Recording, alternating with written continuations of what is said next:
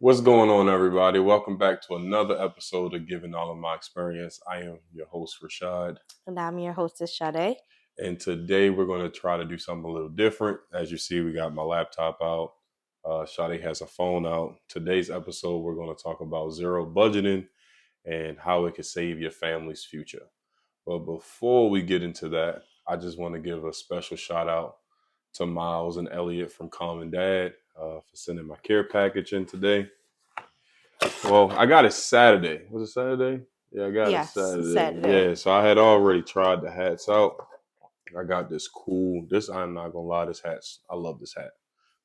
White hat, Common Dad on the front, nice baseball patch on the side, says Common Dad. I think I'm gonna rock this for the rest of the episode in the honor of the NFL draft, like I just got drafted. And then we got the camouflage hat. Again, says Common Dad on the front. I'll tag the Instagram pages in the descriptions and in the clips that we dropped this week. They sent over the special care package just for our partnership that we have. And they just gave me a card that just says, Rashad, you are the man. So stoked to have you on the team. Common Dad, keep leading well. Hashtag make it common. So shout out to you guys. Shout out to all the dads out there that's watching this. Um, we got a brand out here for y'all. It's called Common Dad. Get at it. Yeah. So before we get into the nitty gritty of things, how you feel about the topic? Um, Because you didn't know Nervous. about this topic. No, when I saw what we were talking about. So let me just say this now. I'm not the numbers in this relationship. I'm more of a planner. I can plan things. Like, of course, I'm good with budgeting my portion of the bills, but Rashad is good with like all the is that a word, accuracy? Yeah, you're good with that. Like you're like he's the stocks, the investments. I can't stand numbers. So I would just say that now. But I am excited, although I'm nervous because I'm like, so what am I gonna say? Because I'm not the numbers and he's the numbers. And when we show up to the meetings, I take down notes. I don't come with the blueprint. He comes with the blueprint. I take down the notes and dumb it down to my understanding so that I can understand what I'm being taught by Rashad. But I'm also excited because this is something that you probably hear him talk more than I do, but we're going to talk as much as I can.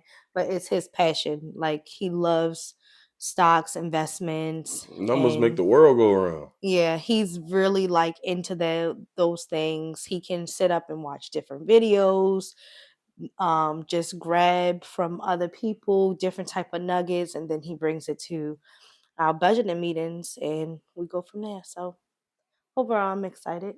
Yeah, I mean, you kind of gave a brief description on why most couples are intimidated by the zero budgeting or just Hmm. budgeting and yeah. So I would say zero budgeting is just another form of budgeting.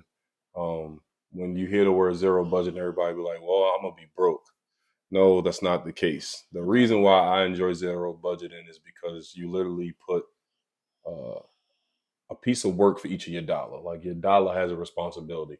It's not just after you pay all your bills, now you have all this money left over.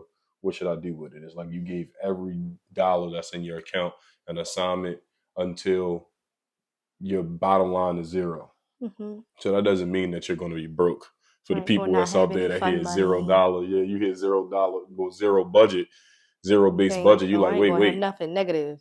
No. yeah, no, it's not like that. And just to share a quick story of being transparent, and one of the reasons why we got into it is because I will say a couple, well, like 2 years ago, we had like our first month of bringing in more than like $10,000 in one month.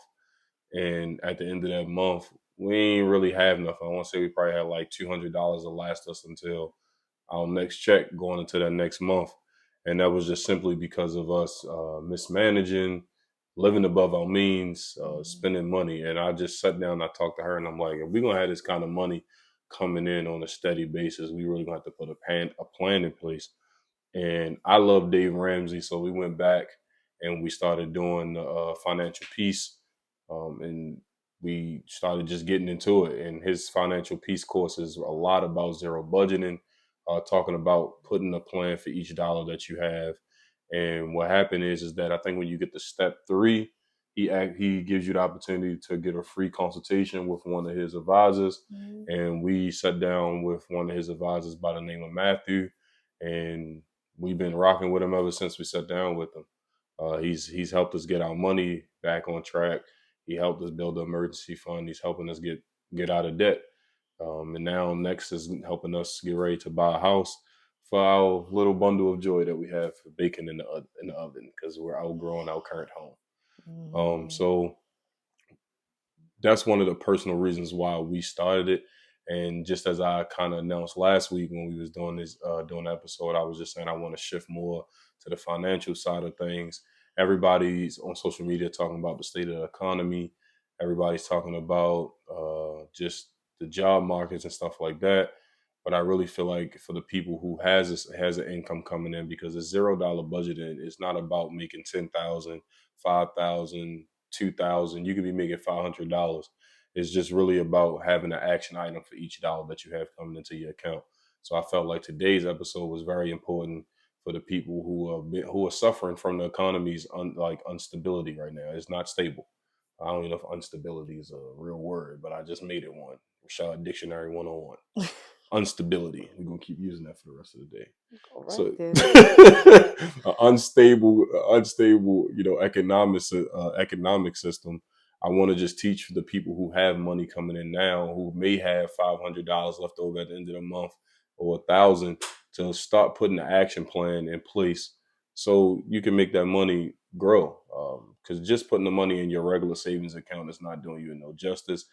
I believe in high yield savings accounts, but I believe in high yield savings accounts to a certain extent.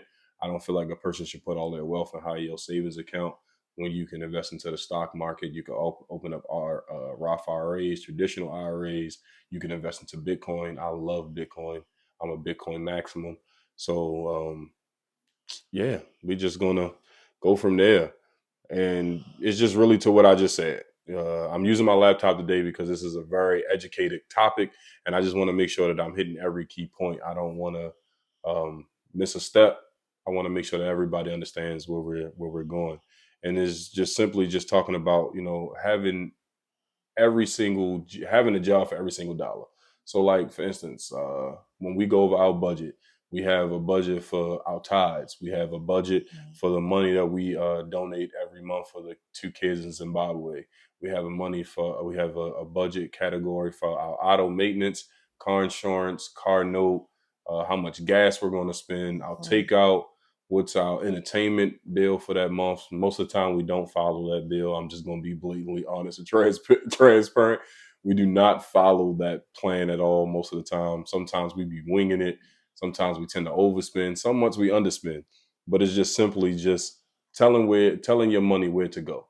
Like when we first started that, how did that feel for you? Just knowing that, like knowing the money that we had coming in, but now knowing that each category had a dollar amount, did that make you feel like more secure, or did that make you feel like restricted? Like now you can't, like you're real tedious on what you want to purchase or not purchase. At first, I wouldn't say restricted, um, because we. I remember our first budget meeting. We didn't have nothing left. We didn't, not to say we didn't have anything left, but There was so much we it had to was get caught so up much on. we had to get caught up on Yeah, because we had played around for so long that it felt like it was just gonna like we were drowning, like we were just never gonna be able to come up and gasp for air. So it felt like a little bit of a restriction, but then as time ago went on, you begin to like see those stepping stones that you make and see your progress and see that you truly have control of your money. And it goes from feeling restricted to feeling good because it's like, okay, you know exactly that you're know for sure that you're managing like your bills, they're getting paid on time. For a long time we were not doing that. Like, of course we Yeah, were we paying was our just bills, yeah, we was just but winging it. we were winging it. So it Yeah, was like we just to be a little transparent, far as in BG&E, that was my part of the bill that I had to pay. My The BG&E on my end, like when I was paying, it was always before getting a financial consultant. I want to say probably $500 to $800 in a hole.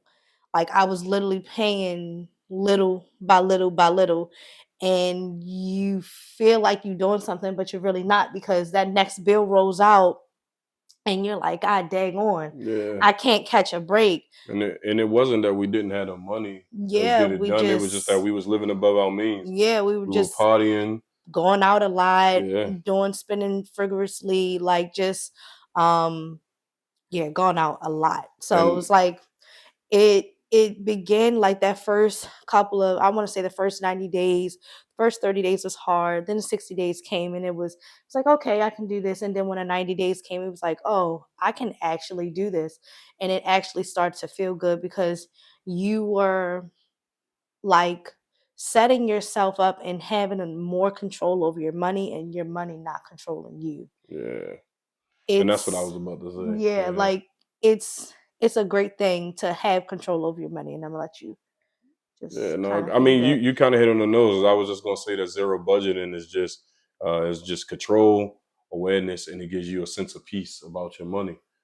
Just like you Mhm. said, I mean, the biggest things is that, like you said, the first 30 days was horrific. We was just like, yo, we don't know how we're gonna do this. And 60, like when it got to that second month, you meet, like we're supposed to meet weekly.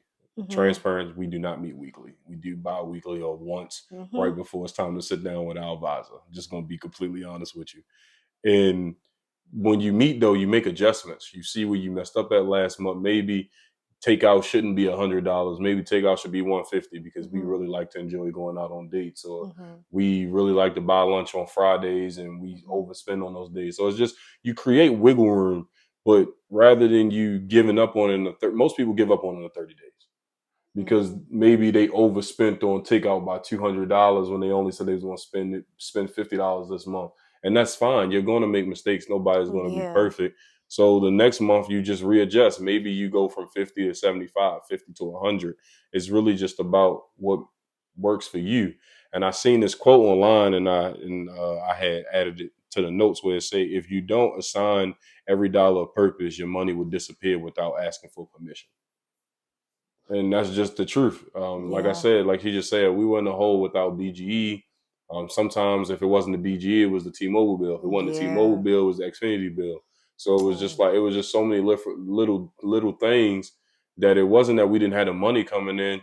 We was just overspending, and then we Overspending. Yeah. wasn't overspending on anything that was bringing a value in our life. We was Mm-mm. just spending bread, going out to the bars on the weekends, Mhm. even if it was just turning up in the house, having a little get together at the house. Mhm. Maybe I seen something online that I really wanted, so I brought it. Impulsive Yeah, spending. we was just spending, and we was just spending.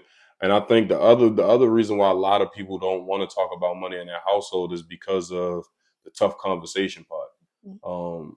Like one of my biggest things is that I don't really like having the tough conversations, not because I'm afraid to. I just know that my wife is a worry wart, and that's not, she just worries. So if she's not hearing any good news from a conversation, she will worry and she will drive me crazy for the remainder of till we get it fixed with just questions on questions on questions.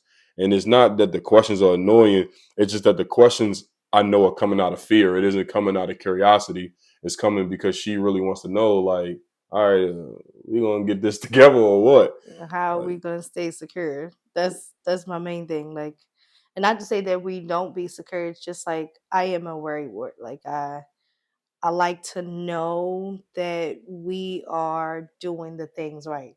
I may not like to know all about the numbers, but like I do ask a lot of questions about what's going on. Okay, if I check, because we have a joint account. So whatever transactions he make, whatever transactions I make, we both see them. So, and if I feel like it's something that like needs to be talked about. I've learned to ask the question instead of allowing it to, like, all right, I see it, and then I don't say nothing about it, because I know I sometimes nag, not even nag, but like, I like to ask those questions because I just like to know that, to make sure that we're still on the same course Yeah, as we the set. train's still Yeah, moving. the train is still moving that we set in the beginning when we had our meeting, you Yeah. know. So before we get on to the next topic, I did come up with like just an example, a simple breakdown, just to give the viewers and the listeners out there, for however you listen to the podcast, we appreciate you.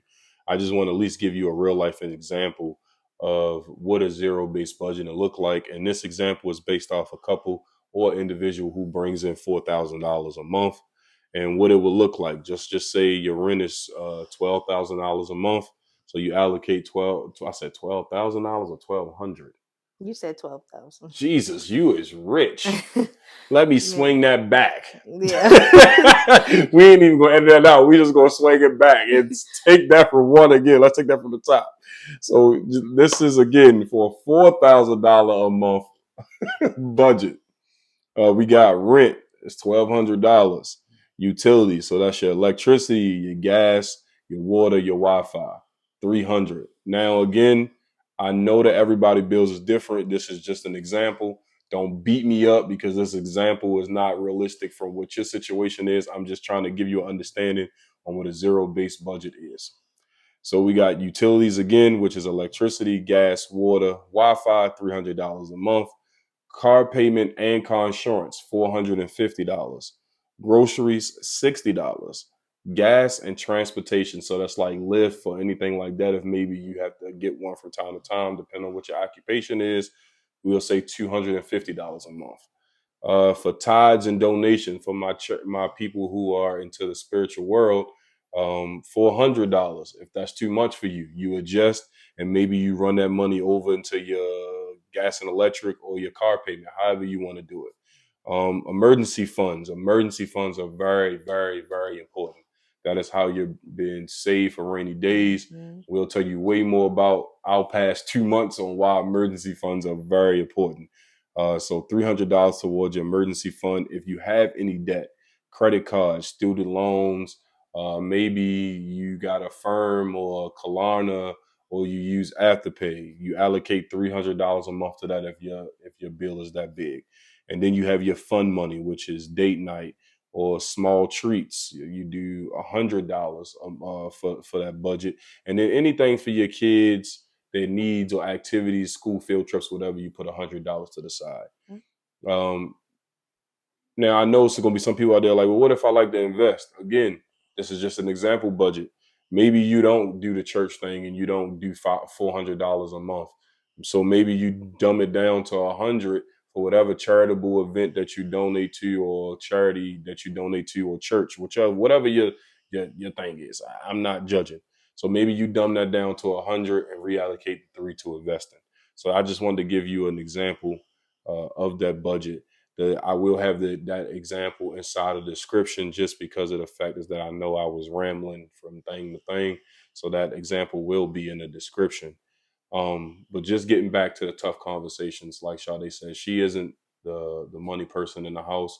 She doesn't have a problem talking about money. It's just that numbers don't excite her the way it excite me. And you will be surprised how many couples that you meet that don't know about each other's uh, money history. Mhm. And I feel like knowing about a person's credit score, knowing about their spending habits, just their money habits in general, that's a very important thing when you're building a partnership. You can't put this on if you don't know everything about your significant other. Yeah, she may look nice. Yeah, he may look nice and smell nice. Yeah, maybe she might got a nice body. Maybe he has a nice body. Whatever floats your boat, whatever, right? But we have done classes with other couples. Remember when we went to church, we did that finance month at church. You would be surprised how many couples was there that was married for more than 5 years that couldn't tell you their spouse's credit score. And I'm pretty sure Sade can't tell you my credit score off the top of her head, but I will tell you is that we discuss it. I have a guest of it. Because I know Yeah. that we've just recently talked about it. Yeah, so like, we have discussions about it, but we were doing that before we even said I do. We knew each other's social security Mm-hmm. numbers because we were working on trying to fix each other's credit. She would look into stuff into mines. I was looking at stuff to hers, trying to big out game plans on how we was going to knock student loan debt that she had out. Maybe with me, I had a car, so we was just trying to figure out how we was going to get our money to work together. And I feel like that's one of the biggest things why a lot of people don't like talking about budgeting, because then you got to lift up that hood, and some people don't want people to be underneath that hood to see what's really going on, because some people are really living a lie, or some people are selfish. Like I've seen Mm-hmm. couples where their significant other is struggling, and this motherfucker is loaded. Like he got a couple bands in his savings account, and it's not nobody that I would say personally, because we have a lot of friends that watch this show. It's no one I know personally. It's just some people that I talk to that I know that just they're in that stage of not trusting, and they're of wealth. So they put money to the side because they don't know if this person they're going to be with is going to be that one. Mm-hmm. So they don't talk about money, because he know if they open up the hood and start talking about money, she gonna see that he has this personal account with Mm-hmm. XYZ amounts of dollars in it. And I feel like those tough conversations make your life easier. Um, Sade didn't like him at first. She didn't like him Mm-hmm. at first. And it was tough because you gotta ask the difficult questions, like how much debt do we have? Right now, we're about $100,000 in the hole in debt, and that's between me and her student reef, student loan Student debt, loan, yeah. me having my car need to be paid off.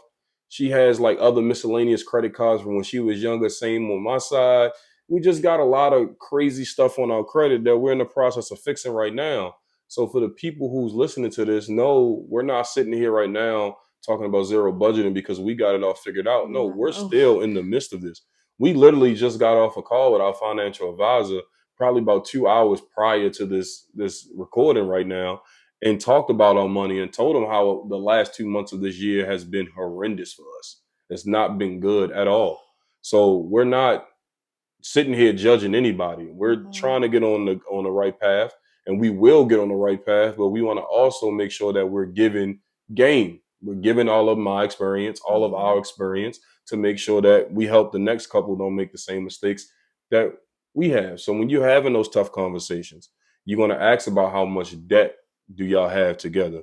Are we spending emotionally instead of intentionally? That's the biggest Mm-hmm. thing. Sade talked about that.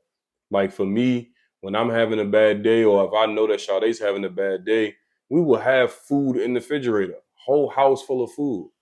She can say, I can know that she was having a bad day. She can say she hungry. What would you got a taste for? Chinese. All right, let's order it. It's just that simple. It's Yeah. really just that simple, because I know that's gonna make her smile. I know that's gonna take just a little bit of sense of relief off of her week. Yes, she's a foodie, so I know that's how it works. Like the other day, we had just cooked, and she said she was hungry. I ordered Jamaican food. We had no business ordering Jamaican food, No, no, but I knew that would whatsoever. make her happy. So that's what you do. So you ask that question: are you spending emotionally to see a smile on your significant other face, or to make yourself feel good, or are you spending money intentionally? And then the third thing is, what financial habits have you inherited from your families that you need to unlearn? Everybody has learned something from their finances from something in their childhood. Everybody has. I can't tell you what mine is no more because I pretty much then got out of the way of it. Well, I would tell you one of my biggest things was doing stuff like rent a center and Mm. earns. When you do the buy, you buy Oof. now, pay later type of thing. I mean, you get now, pay later type of thing. That was something that my parents always did. My grandmother did it, my mom did it, and that's no slight to them. That just worked for their financial situation. But I also seen the turmoil it puts on them when they miss a payment, or they got to push a payment back 3 days. They beating down your phone. Sometimes they doing house visits, knocking on the door. Hey, Yes. yeah, everything good? We ain't get We that had one payment of yet. those. Yeah, they do So when we that. had what did we have? The refrigerator and the stove? No, we had the deep Deep freezer. freezer in the refrigerator. Yeah. Mm-hmm. So it's just, once we pay that off, we was like, yeah, that's a cycle we can't get back into. And I really feel like when you budgeting, you can't hide. No money Mm-hmm. can be hidden. No secrets can be hidden because you have to be honest. And the biggest thing about budgeting, and a lot of people don't want to talk about, is that Sade said earlier, and I wanted to say something right away, but I wanted to get to that example. But sharing a bank account. When I say Mm. sharing a bank account, you can have two different forms of sharing a bank account. Like for us, we just said, forget it. We're going to share one account and the money in there is ours. I know some people who they share a share account and that's their bill account. So their checks will go to that account for them to pay their bills, but then they will also have separate accounts for them to have for their fun money, spending money, and stuff like that. Because it's been times where Sade will tell you she doesn't talk about the money at all. But Mhm. I'll go and spend $200 or $100 on something, and I randomly get a text message from her like, "Well, what's this that you just brought?" And sometimes you don't want to explain. Like, what if it's a gift for her? Like, sometimes you don't want to explain. So I get the analogy of people getting the joint accounts for just their bills, and then having the separate accounts. Whatever floats your boat. For us, we got one account. For us, we don't do 50-50. We just do whatever works. So she knocks out the smaller bills because of her size of her income, and I take on the bigger doses of the bills. And that's everything. That's the maintenance of the car, that's the car insurance, that's the gas, that's any other thing that may happen throughout the week. Grocery shopping, rent, whatever, trip, whatever it is. Maybe we going out on a date, she doesn't swipe our card. And if she do swipe our card, I just paid for it. And that's no slight to my wife. She understands it, but I make sure that she doesn't really have to lift a finger unless I really need her to. And that's what I feel like is important in the partnership. Everybody keep talking about 50 this, 50-50 that, 60-40, 70-30. I can care less. It could be 100-0. All I want to know is that if one of these months I'm not able to cover 100, can you cover the 10%? Mhm. I got 90. Can you cover the 80? Or could you cover the 20? I got the 80. Yeah, That's what I really think is important. And these conversations are going to be uncomfortable. very. Because I was saying in the beginning, it took us a while, and I think that's for me. That's why I wasn't big on this shared account because I was like, well, wait a minute. He's always made more than me, whatever. No matter the establishment that he's gone to. I believe that most males in some establishment make more than women. Um, We're not making this a sexist thing. Oh my we're God. not we're not trying to, but that's just it's my personal opinion. It's my personal Thank opinion. you. I'm not putting it on anyone Yeah, else. please clear that up. Because some women make more than their spouse. I'm just saying that's my opinion. I know that the jobs that I've gone for, I always like I make a decent amount, but Rashad has always made more than I do. But to get to my point is that the shared account, I would be thinking to myself, well, my little bit of money is gonna be gone somewhere lost with his big amount of money. Like I would make jokes like that, and it would honestly like stop me from like even thinking about or considering putting our accounts together. But once we met with our financial advisor and we started to do it, I actually saw the benefit of it. I really didn't have to worry about whether my quote unquote checks was gonna get lost because it don't feel lost. It feels like we both control the account. We both have a say so in the account. We both know what each other is doing. So it's not what I thought it was. Yeah, it brings a sense of Um accountability. yeah, it brings a sense of accountability. So yeah, it's Yeah, actually so not a bad thing. it's not budgeting is not about control, it's about collaboration. Yes, As long as you collaborate, it'll work. And I think that's what the problem is. Sometimes you have the people who come in, and you also got to know your person too. that too. Like, you got to know your person. Like, I'm not going to ask you to do all the stuff that I do because I enjoy it more than you do. Hmm. Like, I could be sitting at work and I'll take my notebook to work and be writing on bills or sticky notes, and I'll bring home a sticky note and yank it off my wallet and just get to talking to her. She like, what the hell is Mhm. that? I was like, oh, it's a sticky note. I was writing stuff down while I was at With a work. whole bunch of numbers. So it's just that's what I do. I'll be watching the video and I'm like, yo, that's not a bad idea. And I'll start writing down some stuff and I'll be like, look, we gotta talk about this, we gotta talk about that. How can we make this grow and this go? And I'd be like, okay. And granted, like I love Rashad's like ideas. I love the fact of how he honestly also had more for like being a preschool teacher, you don't have that much time at all. You have the time that the kids are napping, and that's barely that because sometimes it takes them a long time to go down. Yeah. And then you have your 30-minute break, which I'm still almost 2 years of working at this job. I'm still getting used to a 30-minute break. It is not enough for me. But I love the fact that he has that time being a manager, although his day is busy as well. But when he has that time, he's able to like go to YouTube. What is it called? What do they call it these days? YouTubeology, whatever it's called. Go to the school of YouTube or whatever. Yeah, Yeah, YouTube University. YouTube University. That's the words I'm looking Yeah, for. YouTube He gets to University. go on there and he gets to brainstorm and he'll show me stuff and he'll send me things and we come home and we talk about it. So we may not meet. I know in the beginning he was like, we don't meet weekly, but we really necessarily don't have to because we talk about money every single day. We talk about how we are going to better our future in different ways that we can take more control of our money every single day. So it's something that I may not understand all of the numbers, but I do enjoy hearing him like talk about it. And then if he also dumbs it down for me so that he gives me different examples so I'm able to actually understand it and I can grab something from it, from what Yeah, he I mean, bring home, I brings feel like home. that part is important because again, I'm always on social media, laughing and joking, watching dumb videos. And one of the biggest topics over the past few months has been, oh, this couple's gotten a divorce, and the spouse wants X amount of money. And I feel like, okay, cool, whatever. Y'all built this wealth together, so you feel like you're entitled to some of it. But as a man, it's my job to protect, provide, and to lead. And one day, as we all know, because of what we just experienced 3 weeks ago, Mhm. one day God will call us home. And I feel like I will be doing my family a disservice if I don't teach you about the money. So, like how when we sat down last week and we opened up your Roth IRA, we only put $25 in a Roth IRA, but it's the fact is that I want you to understand what it is. So when you get paid, we get into the habit of putting money in it Mhm. consistently every 2 weeks.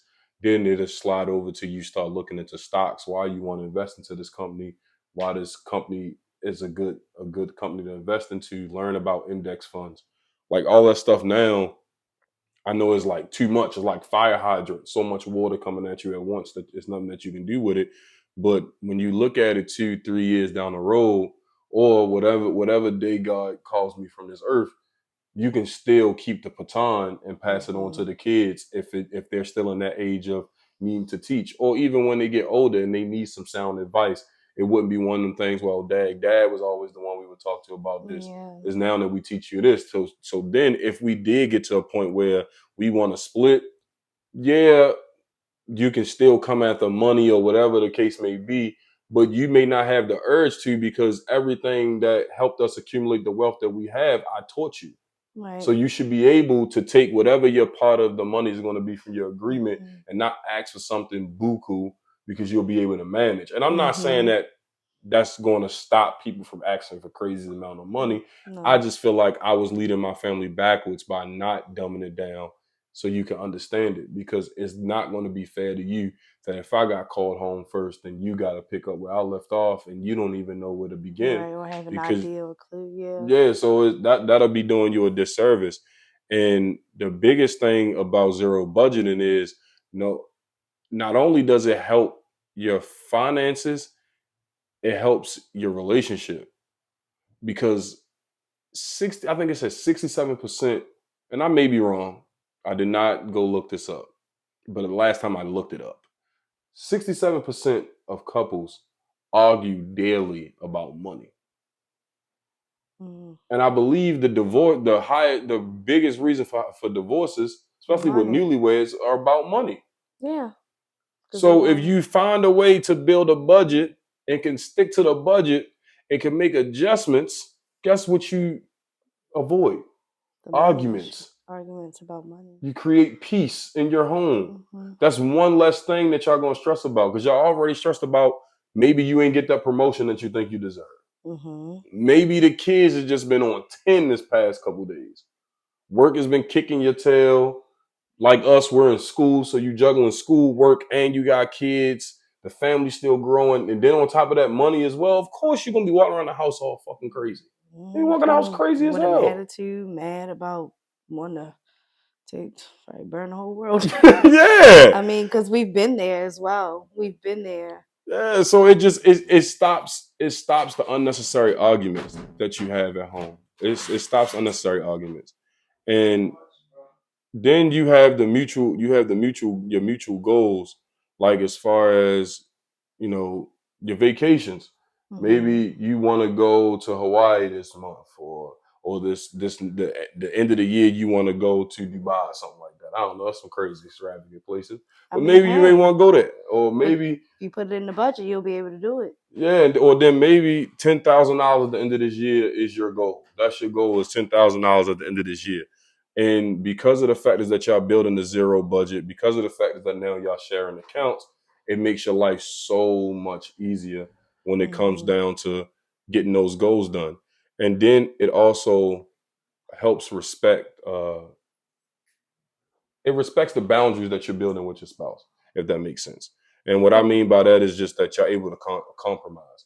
You're able, like, it's been some checks where I know your bill may be due, and you like, babe, I ain't really got the money for it. Like, Hmm. I ain't really got the bread for it. And Two I be months like, ago, that's how it yeah, was. and I'll be like, all right, well, I get paid a couple days later. I got you. It's whatever.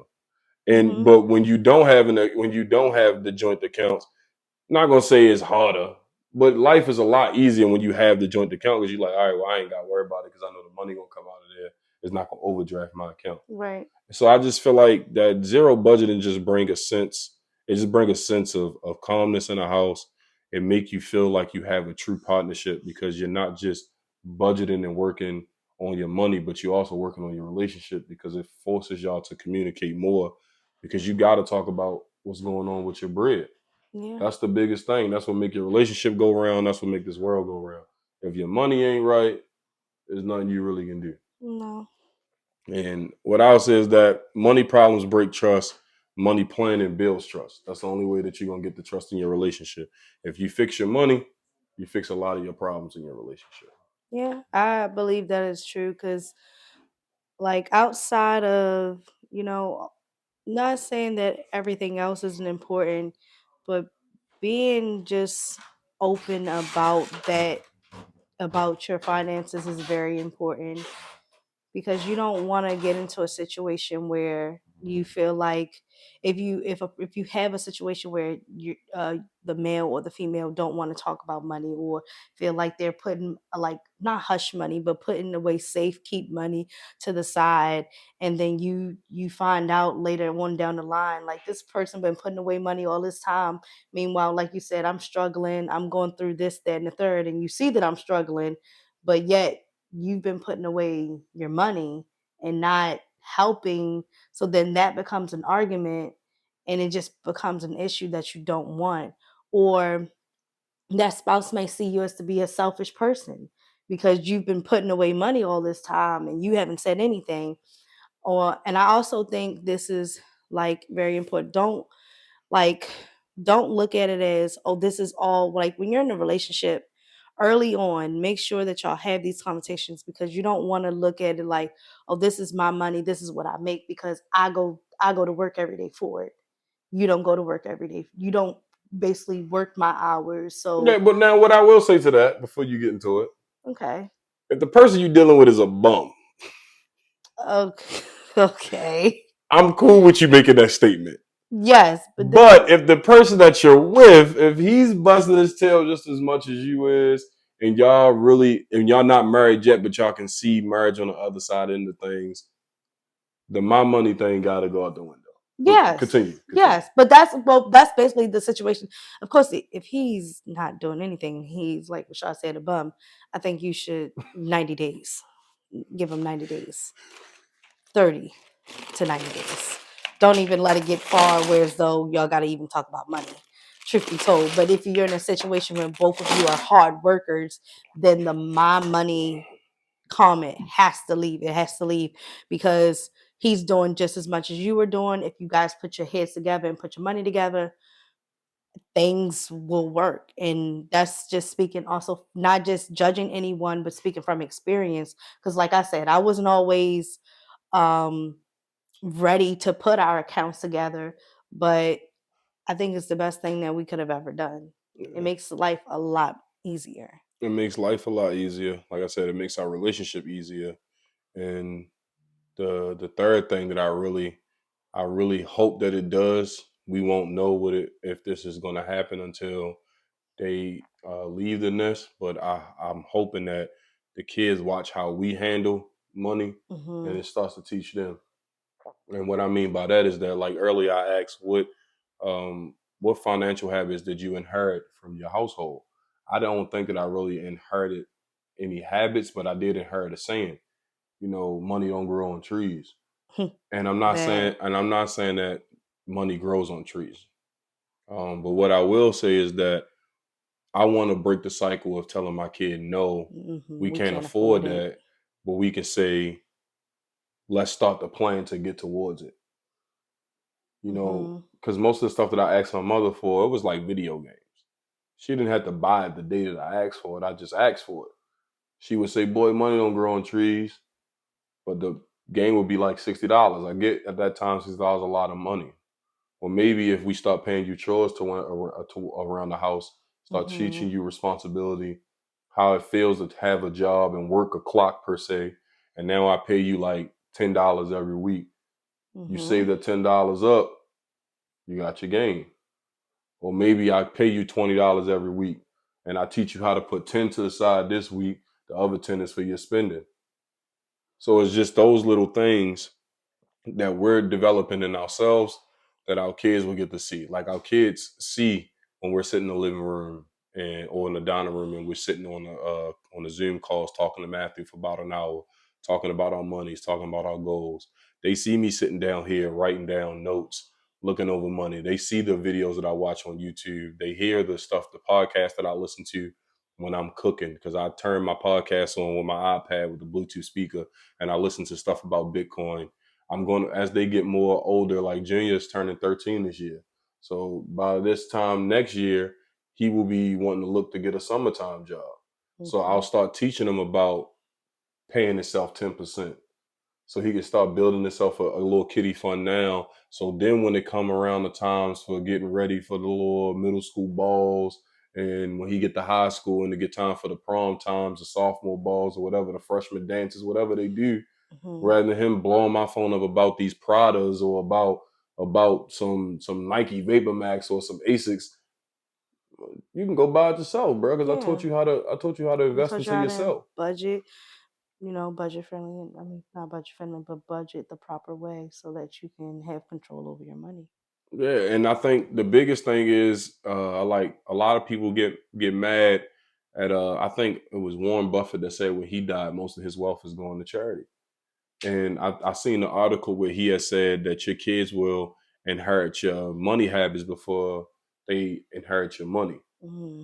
And if he teaches them to way to manage their money, to invest their money, they will never need his money. Hmm.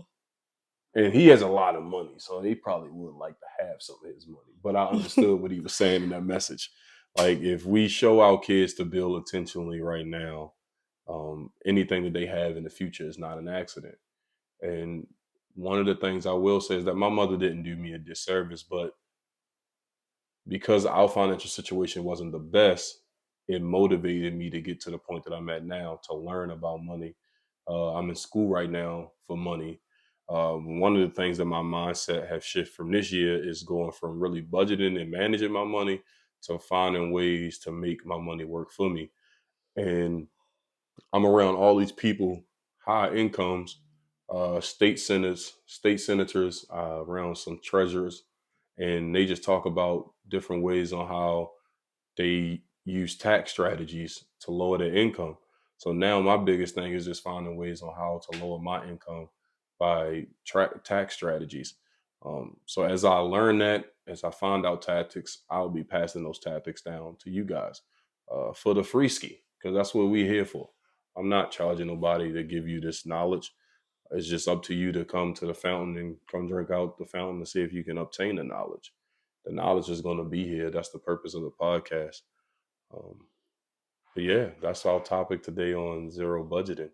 I know that ended weirdly, but I feel like hopefully you guys learned something from this. Is zero budgeting is it isn't perfection at all. Mm-mm. It's all about attention. It's all about intention. If you, Consistency. yeah, consistency and discipline. You got to have a plan. A man without a plan is lost. And Uh, even if you gotta continue to rewrite that plan, we've had to rewrite our plan countless of times. And but that's the that's the main part of it. Like it's not going to be the same every month. You're not mm-hmm, going to have the same expenses every month. You're not going to have mm-hmm. the same goals every month. That's why you make different goals every month. So you got to rewrite it a couple of times. Do so and do what works for you. Budget your money how you know that you can um what's the word I'm thinking for? Not navigate it, but I think that's the closest thing that I can Yeah, you think. can say navigate. Navigate, like do what's best for you. Don't try to do what, you know, anything that will go above your means. Yeah. Don't do that because then you're Find a gonna way to hurt you. stay above, stay below your means. Yes, try to stay below your means as Yes. much as possible. Because don't think that, oh, because you have extra money that month, now let's go spend frivolously. No, figure out if you have some debt, where can it go? So that you can, what is that saying that Dave Ramsey say? To live like no Like no one one else, you else, got you to got to live live like like no no one one else. else. So, Never understood what that meant until we started doing zero budgeting. To yep. live like no one else, you have to live like no one else. People gonna look at you like you're crazy, Mhm. but that just means you're doing something right. That's Yeah. how I look at it. Yeah. And your money shouldn't your money should serve your family. It shouldn't stress your family out. Mm. That's really the biggest thing. Your money should serve your family. It shouldn't stress you out. So I encourage everybody who's listened to this episode to sit down with your partner, talk about your money. Make sure it's just like Planet Fitness is a judgment free zone. Planet Fitness has that plastered all over their walls. Mhm. Judgment free zone. When y'all sit down at this table and talk about y'all money before y'all build a budget, have a real conversation first. Talk about everything, the good, the bad, the ugly. Just let it out. And remember, it has to be judgment free, because if your significant other feels like they're being judged, they will not want to do this conversation again. And if you're not in a relationship and you want to learn about budgeting or you want to budget, you sit down with someone that you trust. Maybe you and your best friend, y'all talk about Mm. money all the time, and that's your accountability partner. Or maybe you don't trust anybody. It is this website, this software, this engineer software called ChatGPT. You can talk to ChatGPT. It can help build a budget with you. You can be as transparent as possible as you want with this AI software, and it will help develop a plan for you. So, again, I repeat that if you're in a relationship, before you do the budget, you have a judgment free Okay. conversation. If you're not in a relationship, you look for accountability partner. But if you don't trust that person to know about your finances, you go and talk to a chat GPT and help it build you a plan. And if you know anybody, any people that's in relationships or any people who's struggling financially, just send them this link to this video. We are not experts. This is not sound financial advice. We're just giving you a piece of experience from our life and just hoping that maybe you can take some nuggets from it and make you a plate. And that's all I'm doing to get to here, is that I took a few nuggets from somebody else, added a little bit of corns and broccoli on the side, and I just made my own plate. And now we're here. So Mhm. yeah, until next time, we appreciate everybody who watches. Like, share, comment, subscribe, do all of that good stuff. I am your host, Rashad. And I'm your hostess, Sade. And remember, experience shared is experience multiplied, and let's make it common. Until next time.